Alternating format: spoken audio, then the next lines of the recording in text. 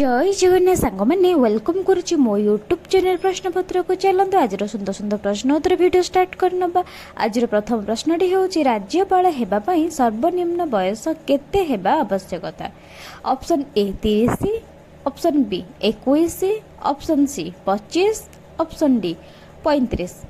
तो यार सठिक आंसर होची ऑप्शन डी 35। राज्यपाल हवा पई सर्वनिम्न बयस 35 हवा आवश्यकता। चलतु परवर्ती प्रश्नटी आलोचना करिबा।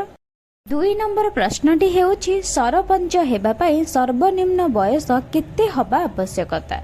एपटे राज्यपाल हेबा पई सर्वनिम्न बयस 35 थिला बेले सरपंच हेबा पई सर्वनिम्न बयस केते। Option A 30, option B 35, option C 21, option D 25। तो यार सठिक आंसर होची ऑप्शन सी 21।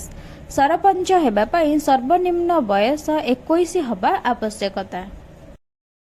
परवर्ती प्रश्नटी हेउछि पृथ्वीर सबुठारु बड़ द्वीपर नाम कौन।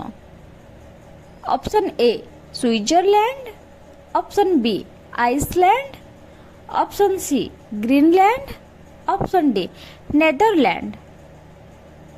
तो यार सठिक आंसर होछि ऑप्शन सी ग्रीनलैंड। पृथ्वीर सबुठारु बड़ द्वीपर नाम हेउछि ग्रीनलैंड। चलंतु परवर्ती प्रश्नटी आलोचना करिबा। ता आगुरु कहि रखिबे जदि आपण माने मो चैनल ले नुआ अछंती ताहाले चैनल को लाइक करंतु, शेयर करंतु एंड सब्सक्राइब करंतु। चलंतु परवर्ती प्रश्नटी आलोचना करिबा। परवर्ती प्रश्नटी हेउछि केउंटी गोटिए प्राकृतिक परिसंस्था नुहे।